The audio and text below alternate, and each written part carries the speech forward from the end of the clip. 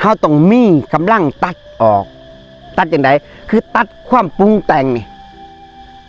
ให้มันออกจากธรรมชาติไปให้มันหู้เองว่ะมันหู้เองตัดเองปล่อยวางเองทุกสิ่งทุกอย่างเฮามีหน้าที่แค่เจริญสมาธิเจริญสติคือหู้จักลมเข้าลมออกเท่านั้นเองทุกสิ่งทุกอย่างมันเหตุมันเองมันออโต้มันของมันเองมัน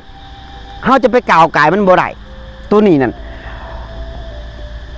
คนเฮานี่ปฏิบัตินี่หลายคนนี่ส่วนหลายนี่จะหู้หยังคือหู้จักความมันคิดแต่ว่า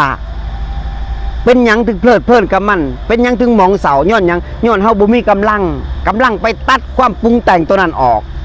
หู้จักอยู่นี่จะหู้จักมันหายก็หู้มันโกรธก็หู้มันหลงก็หู้มันปรุงแต่งก็หู้มันคิดบ่ดีก็หู้คิดดีก็หู้คิดทุกข์ก็หู้บ่ทุกข์ก็หู้มีความสุขก็หู้หมดแต่ว่าเจ้ามีกำลังละบ่ตัวนี้มันอยู่ที่กำลังดิเด้ถ้าเกิดเฮาบ่มีกำลังละนี่เป็นหยังเฮาคือบ่เจริญสติล่ะ